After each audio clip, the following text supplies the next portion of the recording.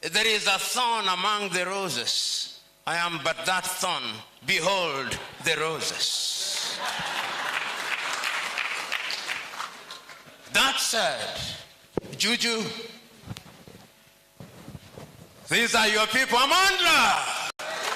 Maibuye! Maibuye! You don't know how to respond. When I say Amandla, you say Awet. When I say Maibuye, you say E Africa. And when I say E Africa, you say Maibuye. Amandla! Amandla! Maibuye! E Africa! Juju, speak to your people.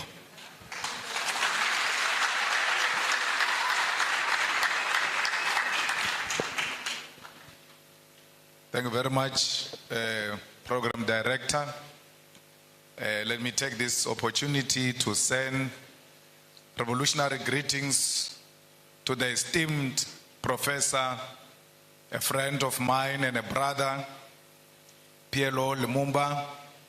Let me also greet our mother, the founder of this important university, Mama Martha Kasanga Mulwa, and greet your husband wherever he is, that he left us a lasting legacy that we stand to celebrate here today.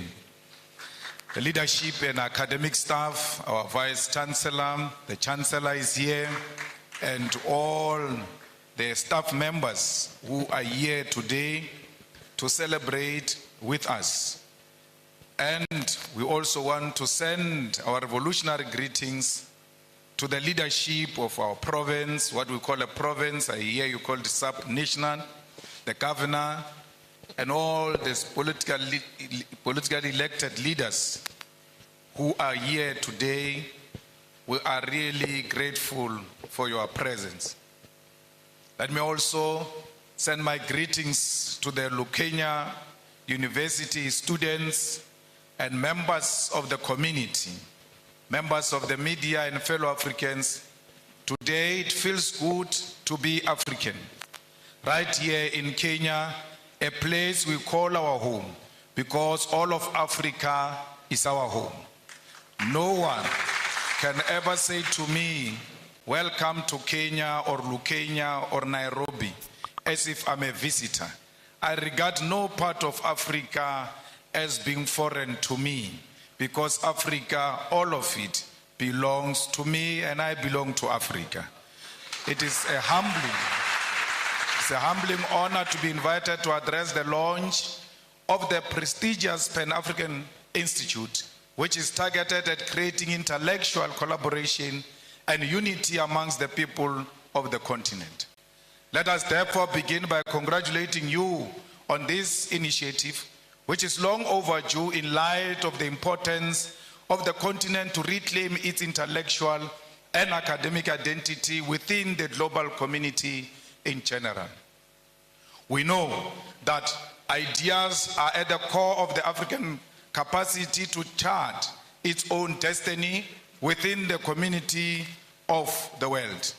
Intellectual sovereignty has to be forged through research and development that is steeped in African experiences, African problems, and African questions.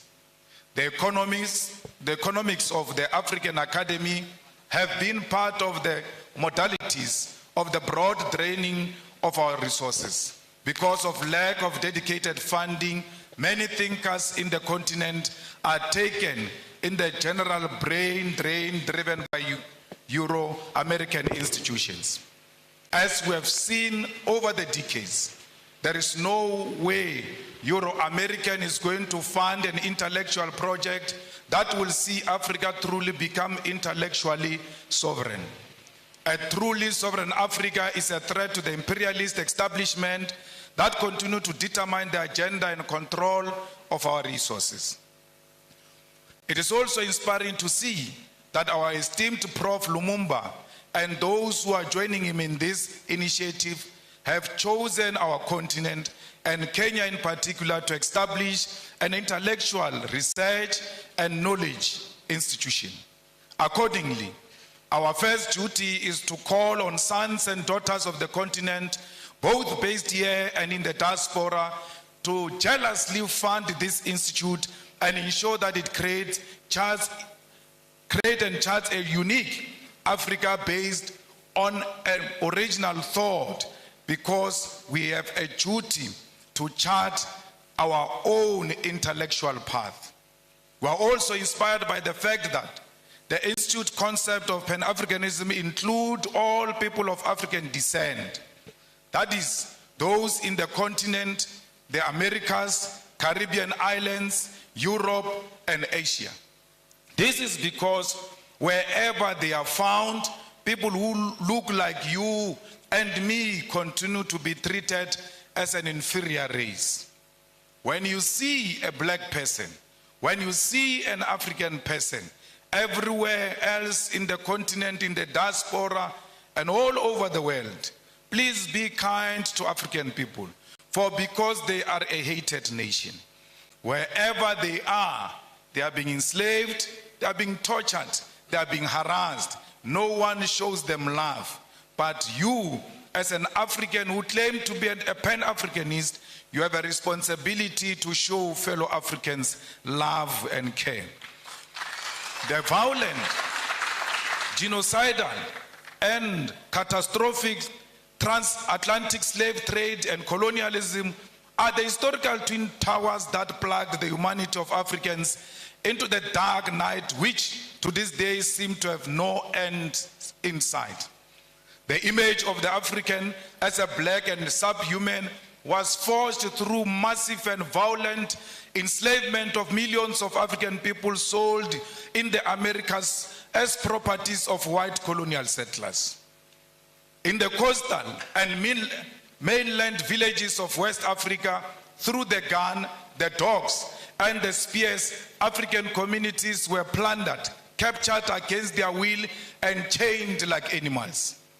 At the ports of Ghana, those chained, naked, and malnourished bodies of men, women, and children were scaled, measured, and sold for gold, silver, or livestock.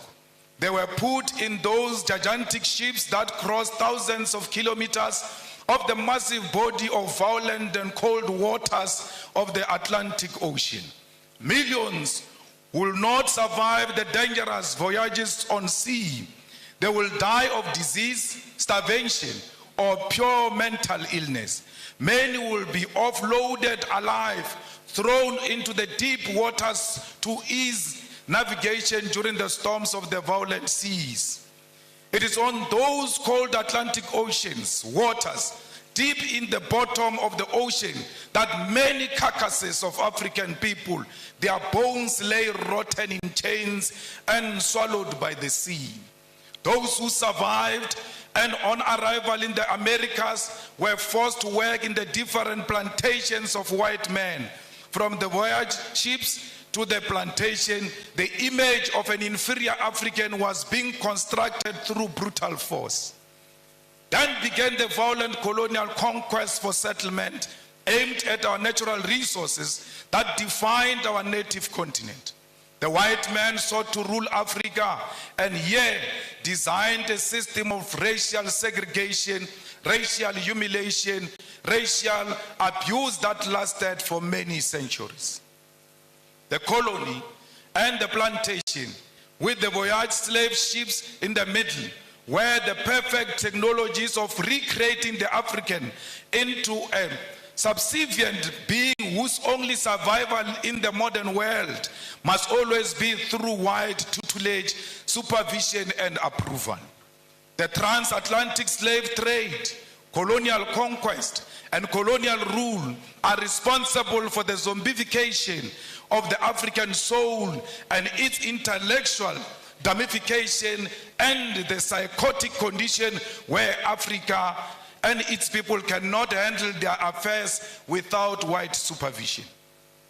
As both an intellectual project and a program of revolutionary change, Pan-Africanism is first the recognition of this terrible history, which by all definition remains a world history that has cast the African into a global identity of inferiority amongst people of the world.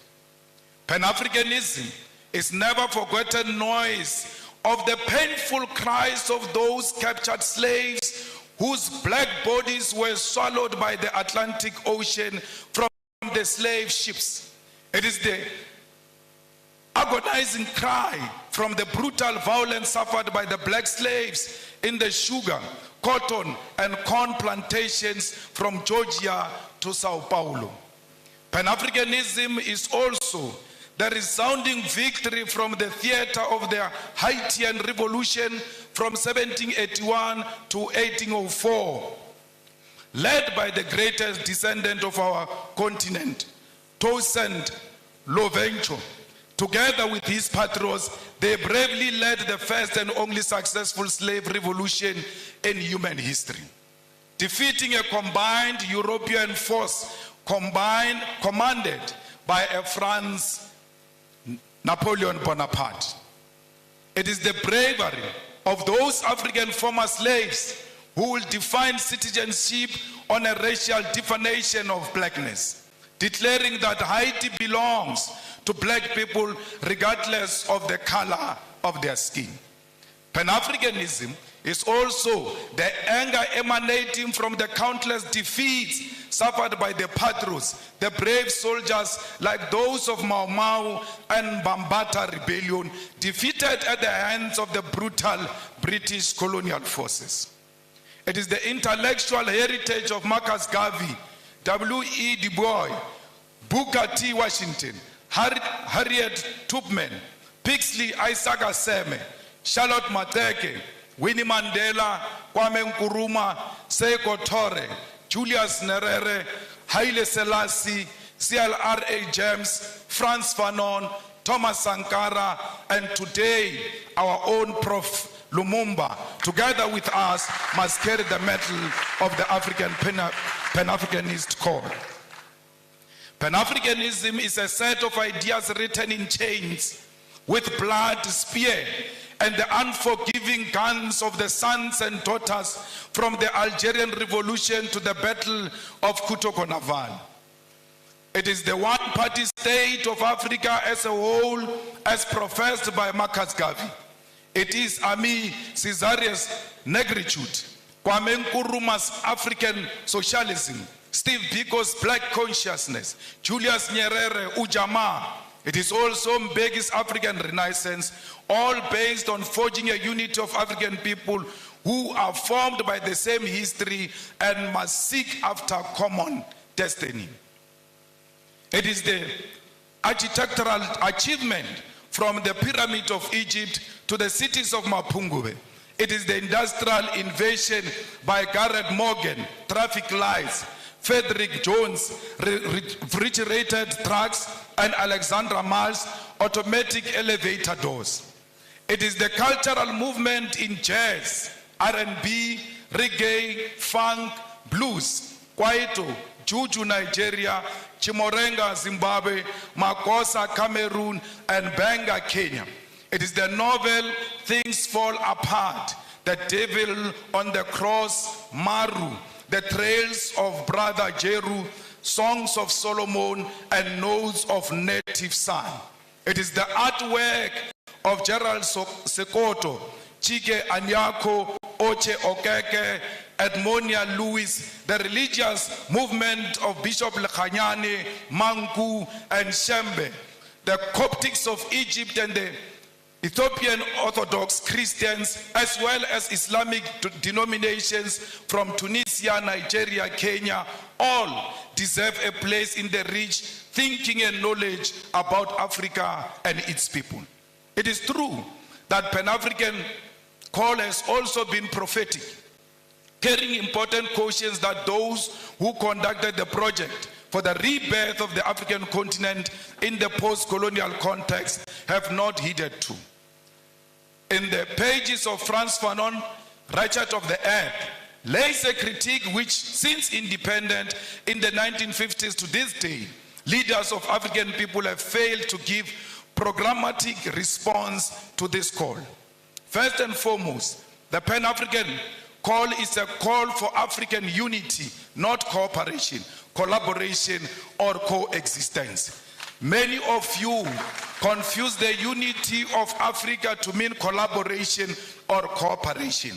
We don't want to cooperate. We don't want to collaborate. We want to be one, and being one means we must share the same vision and the same direction. Yet many over the past half a century have chosen cooperation, which has given way to neo-colonialism. That is to say, for African leaders to continue colonialism without direct rule by colonialists. The launch of the Pan-African Institute right here in Kenya must help us intellectually to shift towards revolutionary Pan-Africanism, contribute to resolving some of the historical mistakes, blunders committed by post-liberation movements. We should state clear here that while the formation of the Organization of African Unity was a step in the right direction, the fact that the founding conference failed to unite the African continent is a historical blunder. President Kwame Nkrumah, Seko Tore, and Emperor Haile Selassie prophetically said that the failure to unite the African continent will give rise to the neo-colonialism and that African continent will perish. The revolutionary Pan-Africanist ideological and political diagnosis of the future was correct. The future is here. 50 years later, we know that we remain visitors in our own continent. We know that our resources benefit Euro-American than our own people. This is despite most African countries gaining independence from colonial rule since 1957. Massive, huge tracts of land, our mineral resources, our animals, our oceans are still owned and controlled by the colonial masters.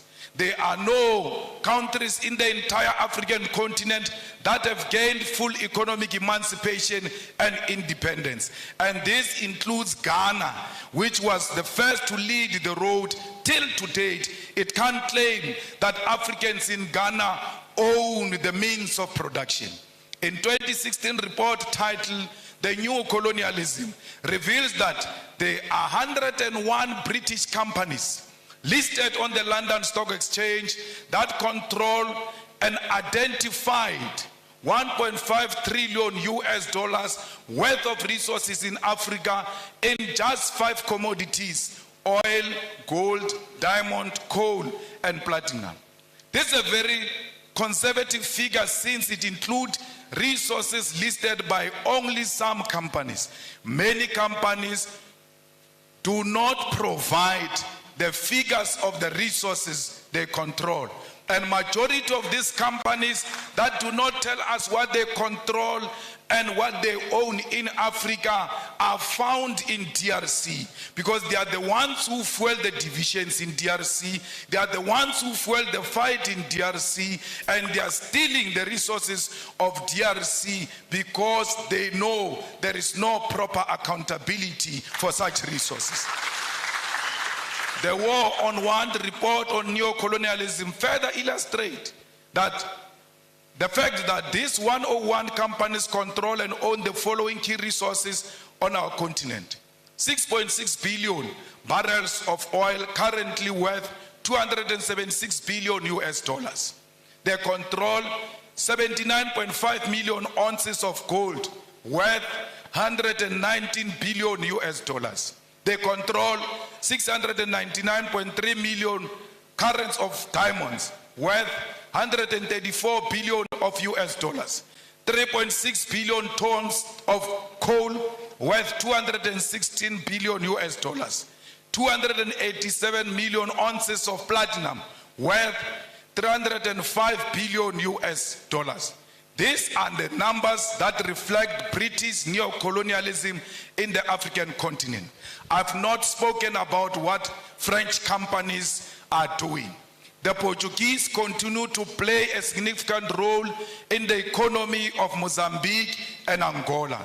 The French continue to micromanage all the countries that were their colonies, except the recent liberated zones of Mali and Burkina Faso. Comrades, the French are brutal.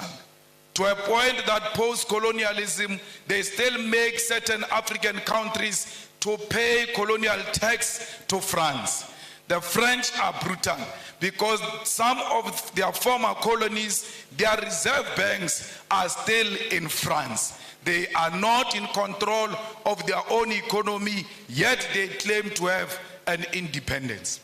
We, as progressive Pan-Africanists, must fully associate with and support all revolutionary actions of fighters who are removing puppets of French imperialism from political office and power.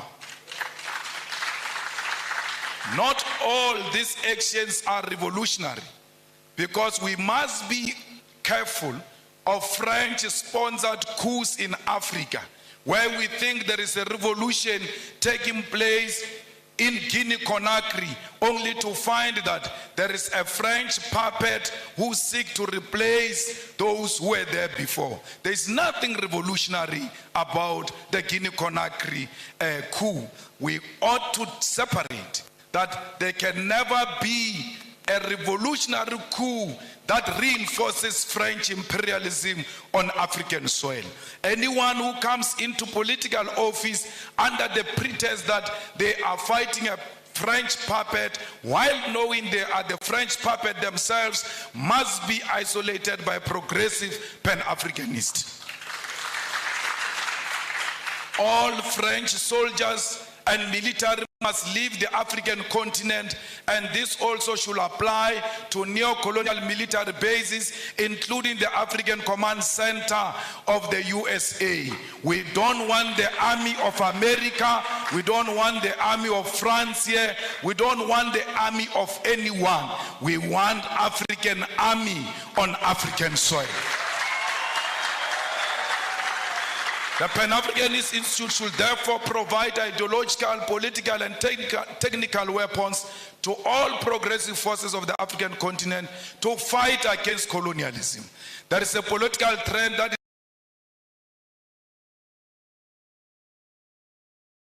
led by African heads of state and government, where one country convenes all 54 heads of African states and government.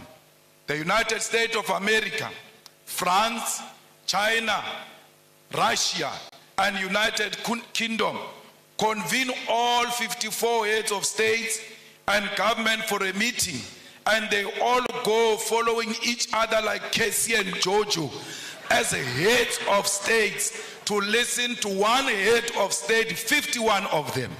Sometimes they disrespect them to a point where they put all 54 heads of states of Africa in a school bus to go and listen to one head of state. What happened to these men? Because all of them, majority of them are men. What happened to these fathers who go and bow combined to one man? Even if it's Putin, why would they all follow each other and go and listen to one person? What happened to their dignity and their authority as leadership? They must have leadership qualities to know that Putin is equal to them, that China is equal to their own single country, irrespective of their size, because what matters is sovereignty. And if China recognizes that sovereignty, will respect the president of that sovereign country as an individual. Comrade Anguruma noticed this when he said that neocolonialism also means the following: breaking up former large united colonial territories into a number of small non-viable states incapable of independent development. An external directed economic system and political policy, the state being obligated to take the manufactured products of the imperialist power to the exclusion of competing products from elsewhere. Payments towards the cost of running the state to ensure control over government policies, and foreign capital is used for the exploitation rather than the development of less developed regions. Governor, on my way here, we saw how the people here are working the land. We saw that there is no piece of land here that is not being utilized to the benefit of our people. But the question remains, where do these people sell these things? Because they can't consume all of them. Yes, they must produce to feed themselves and feed the whole Kenya and feed the continent and the world. Is the government buying food that is produced fresh from this soil, or do we have companies that are owned by white people in Nairobi who bring finished products into the land that has got products that can be bought directly from our own people? We say people must work the land. After they work the land, their own governments in Africa do not procure from those people. Because if it does not have a white color, they don't like it. Our leaders like their colonizers more than us. That's why they always seek after anything that looks like colonizers. 10 years ago, we as revolutionary activists and visionaries from south of African continent started the revolutionary socialist movement and Pan-Africanist movement, the EFF, Economic Freedom Fighters. When we formed the EFF in South Africa, we told them that our organization is not for South Africa. Our organization is for all Africans. And we said this. We said this during xenophobic attacks of our people in South Africa, where people were being attacked because they come from outside South Africa. We chose to side with our people because we're necessitated by the fact that we love ourselves. And if you love yourself, you'll see a person from Tanzania in you. You'll see a person from Nigeria in you, because we are one thing. We as the economic emancipation movement did not only say we are Pan-Africanist. In one of our cardinal pillars, we said South Africa must engage in massive investment of economic development in Africa. Because if you keep on saying people are coming to South Africa, are looking for jobs, are going to take jobs from us, we can stop this thing of people coming to South Africa. How do you do it? Go and build massive economic development in African countries so that people can stay where they are and they can feed themselves from where they are. No one wants to leave his own home into some strange place. We leave our homes because we are searching for greener pastures. If there is an ESCOM in South Africa which is failing to give us electricity, but when it was well and still running according to how we wanted it, ESCOM had the capacity to electrify the whole of Africa. Why are you not going into the African continent and electrify the whole of Africa? Why is there no train that moves from Cape to Cairo, making sure that trade in Africa and movement of goods and persons is easy? Because if we do that, there's no one who can leave Lusaka to go and stay in South Africa. They can get into a train, go and do what they want to do in South Africa, and come back home and develop their own countries. We must make sure that this Africa is linked together. We must violently demolish the borders that exist between our countries, because those are not our borders. You cannot worship a border between Tanzania and Kenya and come and sit in this hall and say you are a Pan-Africanist. A Pan-Africanist means the first task is to get rid of colonial borders so that we bring Africa together in practical terms. I don't know if President William Ruto means it, because he said so many things and I can't locate him these days, because the things he said during election and the things he's doing now are two different things. I don't know, because I heard him saying we need to do away with the dollar and build our own currency. But his actions are not speaking to anything of doing away with the dollar. The latest being putting a red carpet for a murderer, a person who killed the Kenyan people, coming into this country, receiving a red carpet and being saluted by our own army. This is not a Kenyan army, it's not a colonialist army.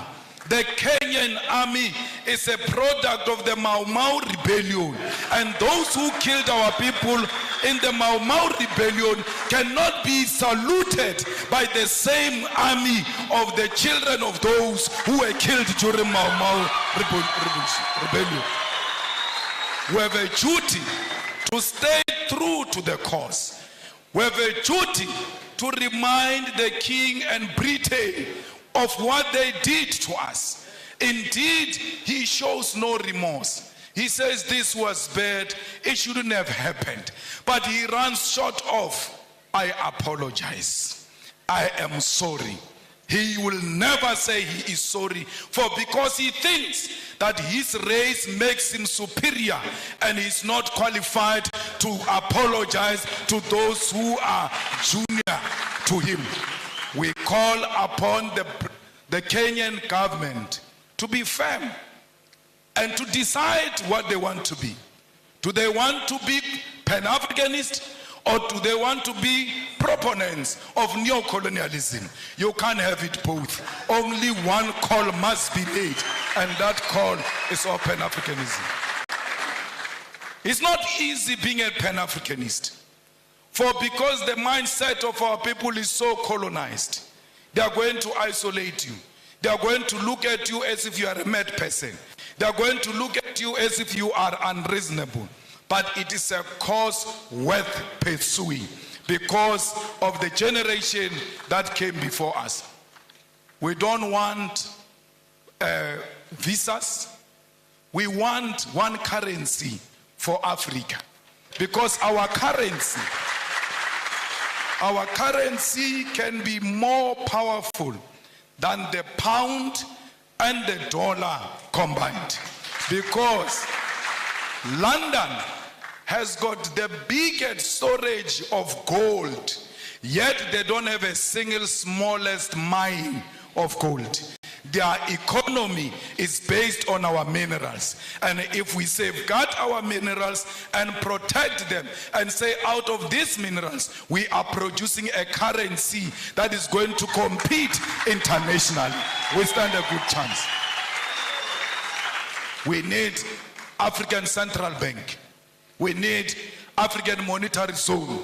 We need African military combat, because these pockets of wars that are happening in Africa are not of our own making. They are sponsored wars, so that those who continue to steal our resources can do so uninterrupted as we fight ourselves, amongst ourselves. So we need a military, a common defense system, the African High Command that will ensure the stability and security of Africa. We equally need a biting African court to deal with dictators who only exist in Africa to feed their friends and families. Those people must be prosecuted the African way, because ISIS is not meant to fight any crime, it's meant to pursue political fights. That's why ISIS will not declare a warrant of arrest against Netanyahu, but can declare a warrant of arrest against Putin, who has not bombed a hospital, who has not bombed a refugee camp, who has not declared a war on a certain ethnic group. We as Revolutionary Economic Emancipation Movement also associate with what Guinea's president Sekou Touré said in 1963. He said, above all, we must avoid the pitfalls of tribalism. There is tribalism taking place in DRC. All our leaders have taken a platform to support or to be against this one or that one. They've spoken on Palestine. They've spoken on the war between Russia and Ukraine. But I'm still to hear the stand of President William Ruto about the ongoing war that is not covered by anyone in DRC, where people are fighting over territorial expansion and plunder of resources, and blacks are killing other black people, and we pretend that we don't see. It's important as leaders of states and governments to always condemn violence and war, especially if it's barbaric and informed by tribalism and unjustifiable territorial expansions. Before you can speak about other countries, charity begins at home. Let there be peace in DRC. Without peace in DRC, Kenya will never know peace. Because these rascals are going to learn from those wars in DRC and want to import them into Kenya. You have a duty to stop them there before they come into Kenya. Comrades, we will make sure the struggle of all immigrants, most of whom are economic migrants and asylum seekers in South Africa. We will never. In South Africa, they say to us, if you want to be elected, you must declare war on illegal immigrants. And illegal immigrants, they mean Africans. We have refused as the EFF that we will never declare war on any immigrant, illegal or legal. Illegal according to whose law? Because if you are illegal, you should have violated a certain law. Which African law did these people violate when they came to this side of Africa? Because they are still in the same territory of Africa. They are at home when they are in South Africa. We wish to tell them we're going to elections next year in South Africa. We wish to reiterate that.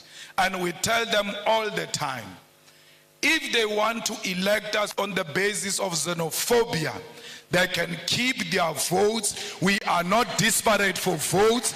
We are disparate for the unity of Africa. And that's what we want to achieve in our lifetime. Remove the visas as an immediate step. And I heard Kenya is going to do that by December. Perhaps I must come back here in December unannounced. So to test if indeed President William Ruto means exactly what he said when he said there won't be visas in December. Maybe I must sneak in and test without applying for any visa and just give them the South African passport and say I'm coming home.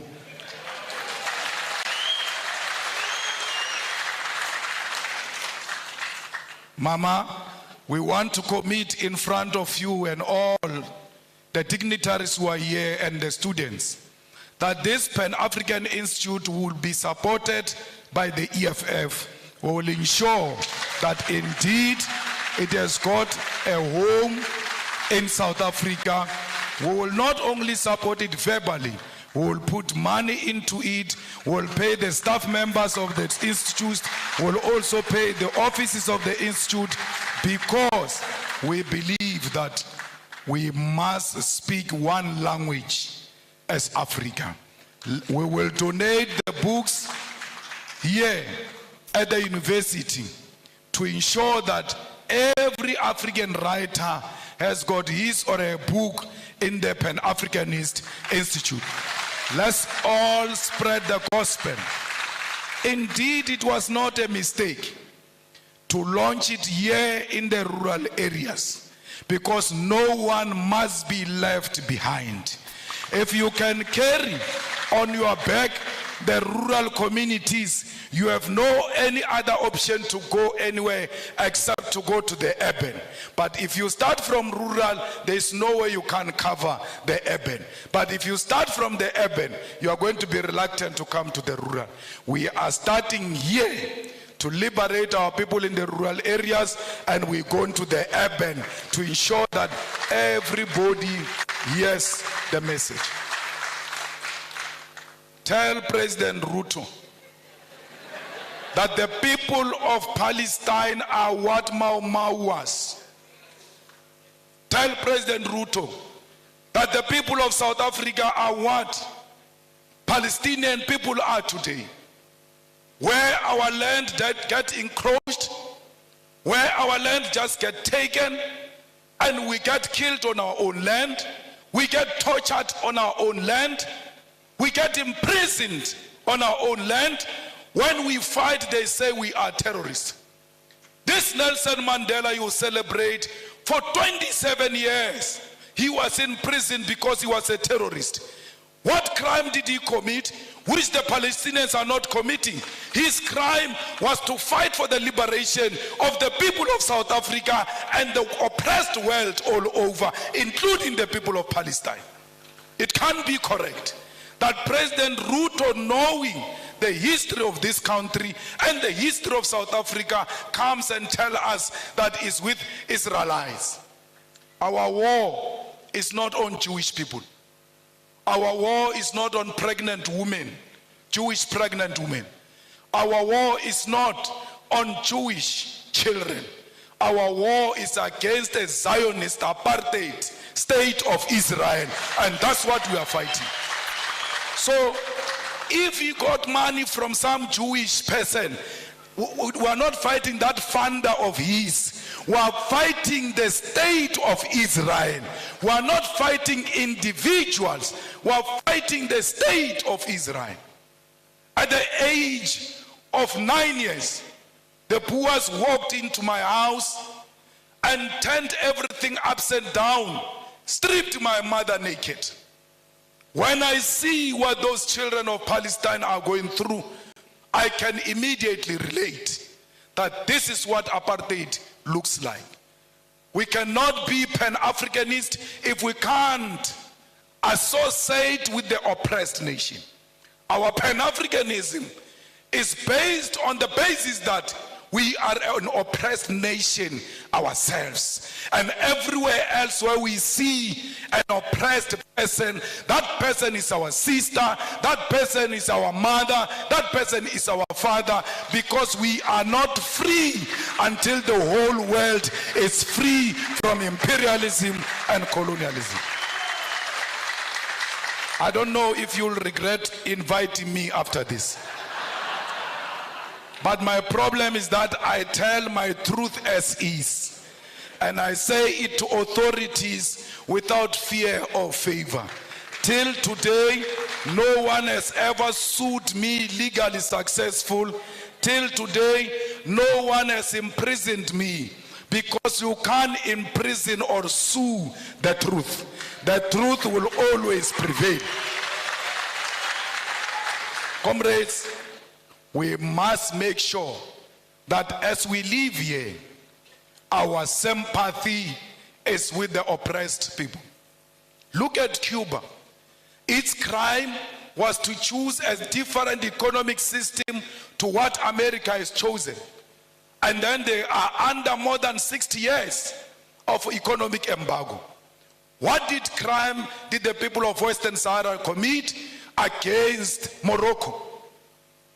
We are at the center of speaking the truth as a Pan-Africanist institute because we've got the ear of the continent and the diaspora and the whole world. And this organization we are launching today, Prof, will live forever and ever because you only speak the truth yourself to power. And you always make us politicians to want to check if indeed we are still on the right track. So an institution established by a person like you, we are guaranteed that it will live for long and it will live for generations to come. That's why we are proud to be here. I was not brought by a plane here.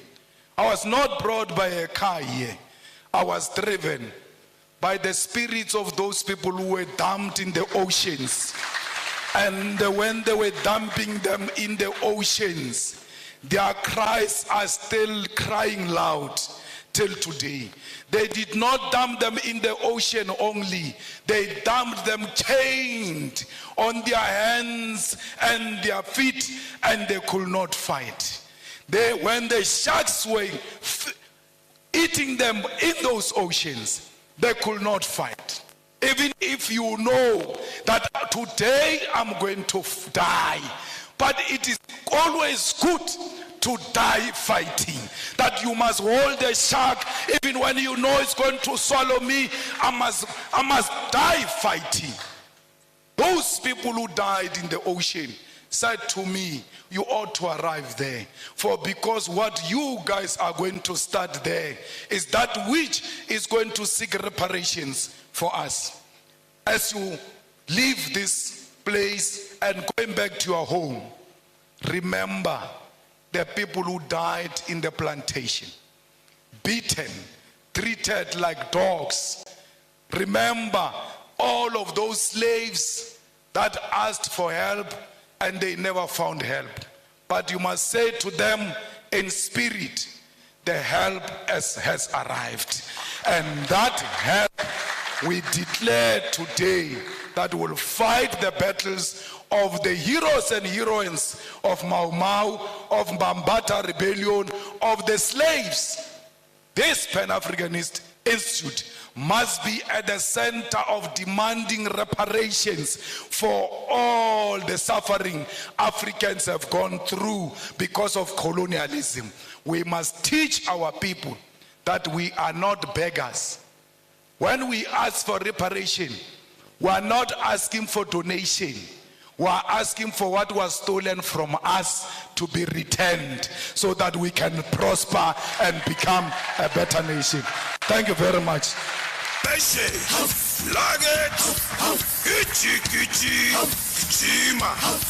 Zipram Konto Alliance Onke Laban Ebaget Seltatile Elaget Shoot to kill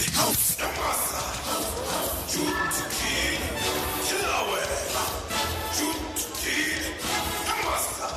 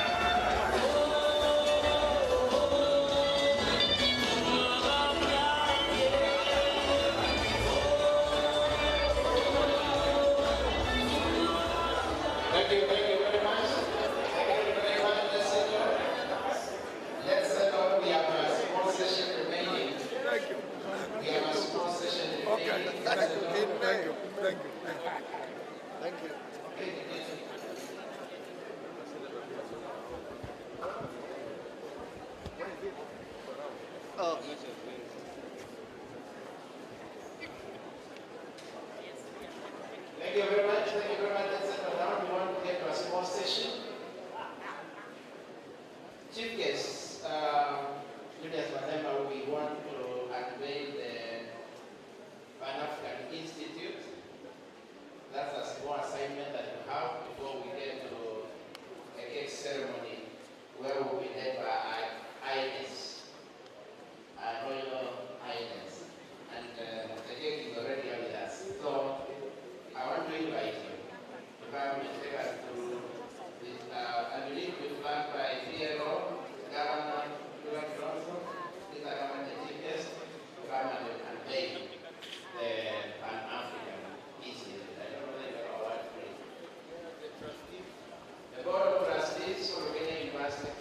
come. The Chancellor and the Chair of the Council kindly join the Chief Guest